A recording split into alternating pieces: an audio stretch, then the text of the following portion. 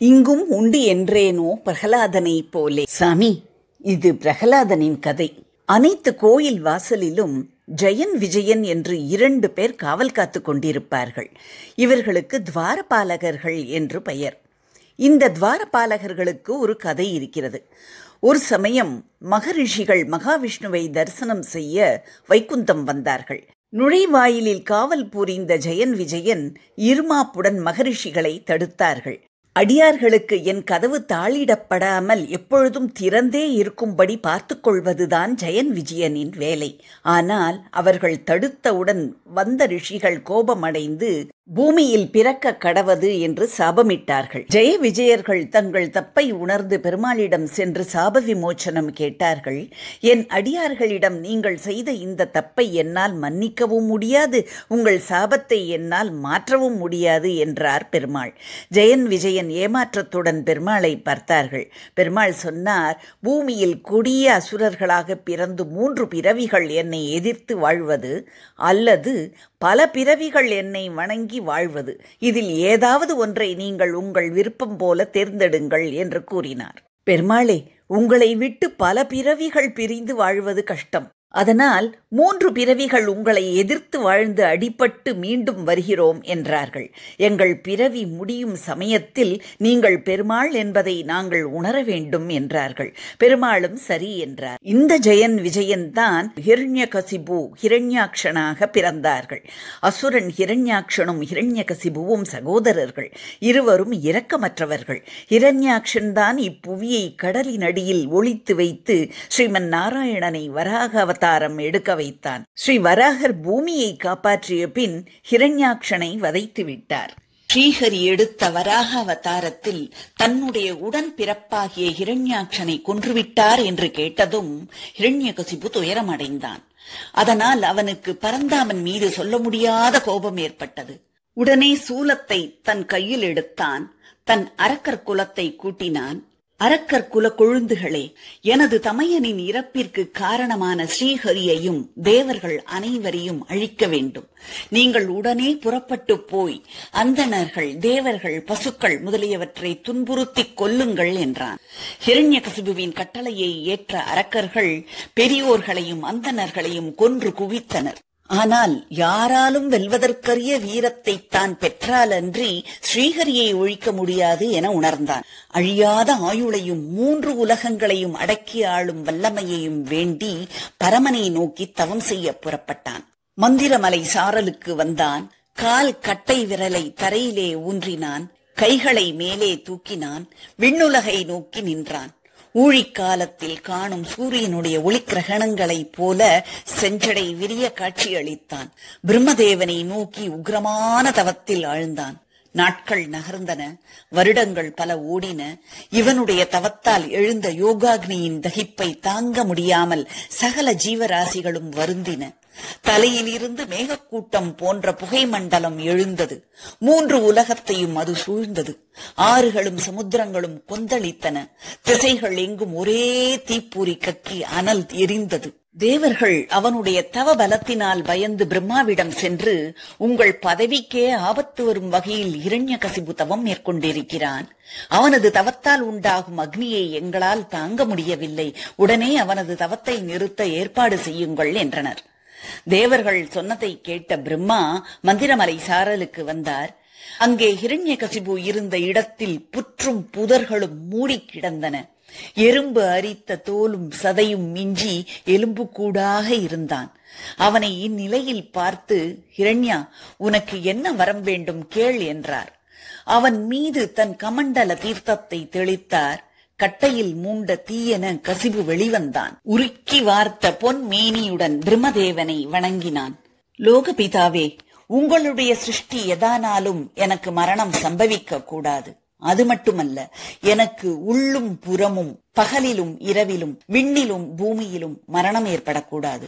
எந்தவித ஆயுதங்களாலும் நான் மரணிக்க கூடாது. பிராணிகள், மனிதர், தேவர், அசுரர்களாலும் எனக்கு சாவு வரக்கூடாது. தேவர்களாலும் ஜெயிக்க முடியாதபடி நல்ல வல்லமையை, வீரத்தை எனக்கு தாங்கள் தந்தருள வேண்டும் என்றார். பிரம்மாவும் வேறு வழியின்றி அவன் கேட்ட வரத்தை கொடுத்துவிட்டு மறைந்தார். வரத்தை பெற்று திரும்பிய ஹிரண்யகசிபு தன் எண்ணத்தை உடனே நிறைவேற்றிக் கொண்டான். தேவலோகம் சென்று தேவேந்திரனை விரட்டினான். சொர்க்கலோகத்தையும் தன் ஆட்சிக்கு கீழ் கொண்டு வந்தான். தேவேந்திர சிம்மாசனம் ஏறி அமராவதி பட்டினத்து அரண்மனையில் வாசம் செய்தான். உலகையும் பல்லாண்டுகள் கொடுங்கோல் ஆட்சி செய்து வந்தான். அவனால் இழைக்கப்பட்ட கொடுமைகளை பற்றி பெருமாளிடம் சென்று தேவர்கள் முறையிட்டார்கள். ஸ்ரீமன் நாராயணன் அவர்களுக்கு அனுகிரகம் செய்தார். விரைவிலேயே அவனை வதைப்பதாக அவரிடம் அசரீரி மூலம் தெரிவித்தார். கொஞ்சம் பொறுத்திருங்கள். எவனுடைய பகைமை தேவர்கள், பசுக்கள், வேதங்கள், வேதியர் ஆகியோர் மீதும் என்னிடமும் தலை தூக்குமோ அப்போதே அவன் அழிந்து போவான். இந்த அரக்கராஜன் தன் மகன் பிரகலாதனை துன்புறுத்துவான். அப்போது நான் அவனை கொல்ல சித்தமாவேன் என்றது அந்த அசரீரி வாக்கு. பின் ஹிரண்யகசிபுவிற்கு 4 புதல்வர்கள் பிறந்தனர். அவர்களில் பிரகலாதன் மட்டும் சிறந்த விஷ்ணு பக்தனாக எப்பொழுதும் ஸ்ரீமன் நாராயணனின் பெயரையே உச்சரித்துக் கொண்டிருந்தான். ஒரு நாள் கசிபு, குமாரா, நீ இத்தனை நாளும் என்ன கற்றாய்? அவற்றை எனக்கு சொல் என்றான். அப்பா, ஏதாவது ஒரு கேள்வி கேளுங்கள், நான் பதில் கூறுகிறேன் என்றான் பிரகலாதன். மனிதனுக்கு நலம் தருவது எது என்று கேட்டான் ஹிரண்யகசிபு. ஸ்ரீஹரியே மெய்யான பொருள் என அவர் திருவடியை சரணடைவதுதான் மனிதனுக்கு நலம் தருவதாகும் என்றான் பிரகலாதன். பரம விரோதியான ஸ்ரீஹரியின் பெயரை உச்சரிக்கிறானே என சிறுவனை கடிந்து கொண்டு அவனுக்கு பாடம் கற்பித்த ஆசிரியரை வரச் சொல்லுங்கள் என்றான்.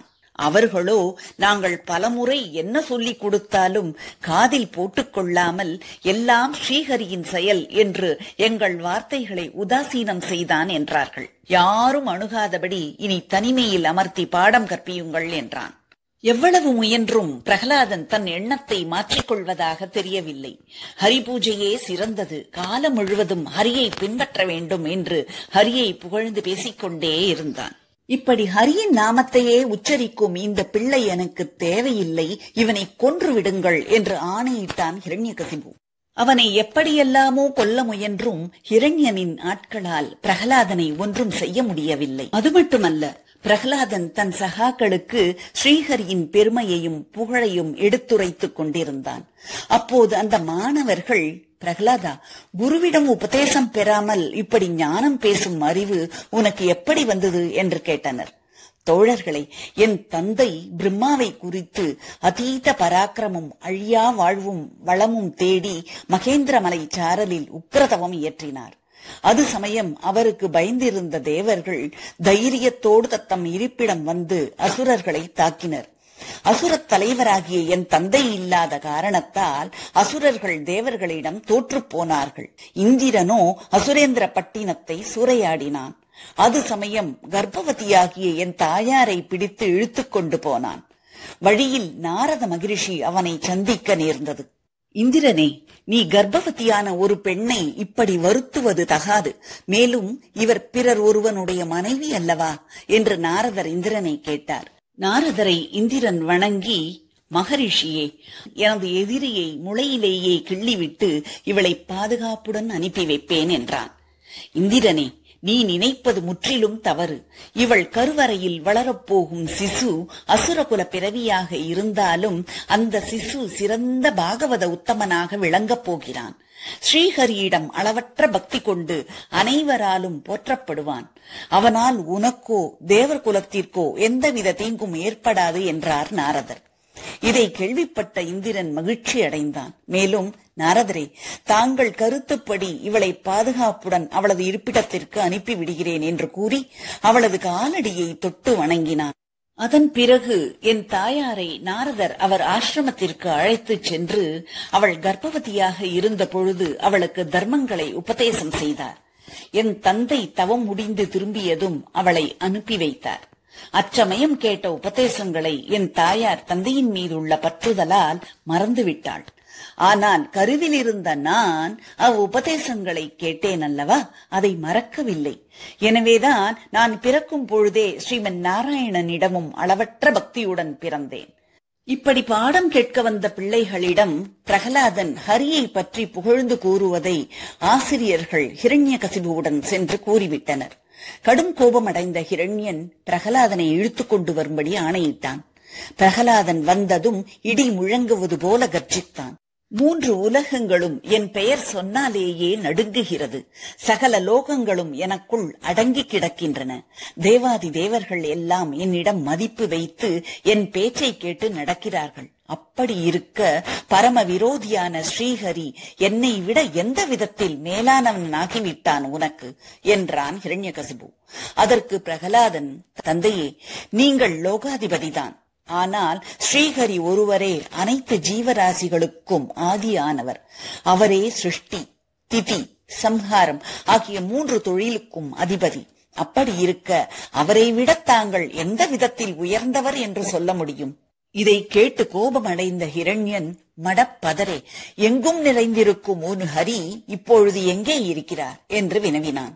தந்தையே, அவர் சர்வ வியாபி, அவர் இல்லாத இடமே இல்லை என்றான் பிரகலாதன். ஹிரண்யகசிபு கடகடவென்று சிரித்தான். டேய் பிரகலாதா, உன்னால் பிரலாபிக்கப்படும் அந்த ஹரி இதோ என் எதிரில் இருக்கும் ஸ்தம்பத்தில் இருக்கிறானா என்று பிரகலாதனை மிரட்டினான். தனது சிம்மாசனத்தில் இருந்து இறங்கி வந்து எதிரே இருந்த அந்த தூணை ஒரு குத்து குத்திவிட்டு தன் உடைவாளை ஓங்கியவாறு நின்றான். அப்போது அண்டமே பிளந்து விட்டது போன்ற ஒரு பேரரவம் அந்த தூணில் எழுந்தது. அவ்வோசையை கேட்ட பிரம்ம தேவாதியர் அண்டங்களே அழிந்து விட்டது போல அஞ்சி நடுங்கினர். தன்னிடம் அளவில்லா பக்தி கொண்ட பாலகன் பிரகலாதனின் சொல்லை மெய்யாக்க பரந்தாமன் அந்த தூணை பிளந்து வெளிவந்தார்.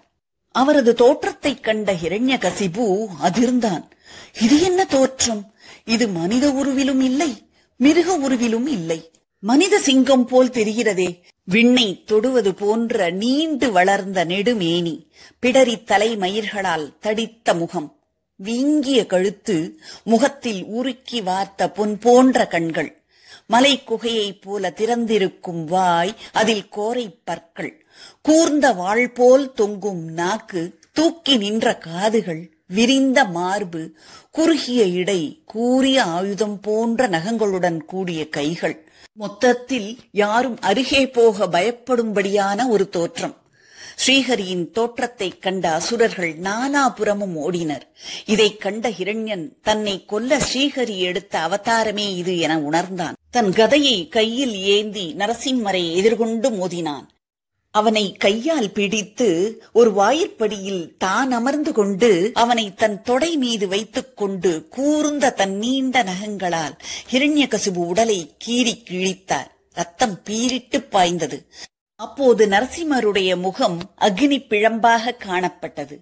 அந்நேரம் பிரகலாதனிடம் பிரம்மா சொன்னார், அப்பா பிரகலாதா, ஸ்ரீஹரிக்கு உன் தந்தை மீது கொண்ட கோபம் இன்னும் தணிந்ததாக தெரியவில்லை. நீ அவர் அருகே சென்று சாந்தப்படுத்து என்றார். அவனும் அவ்வாறே மெல்ல மெல்ல நடந்து நரசிம்மமூர்த்தியிடம் சென்றான்.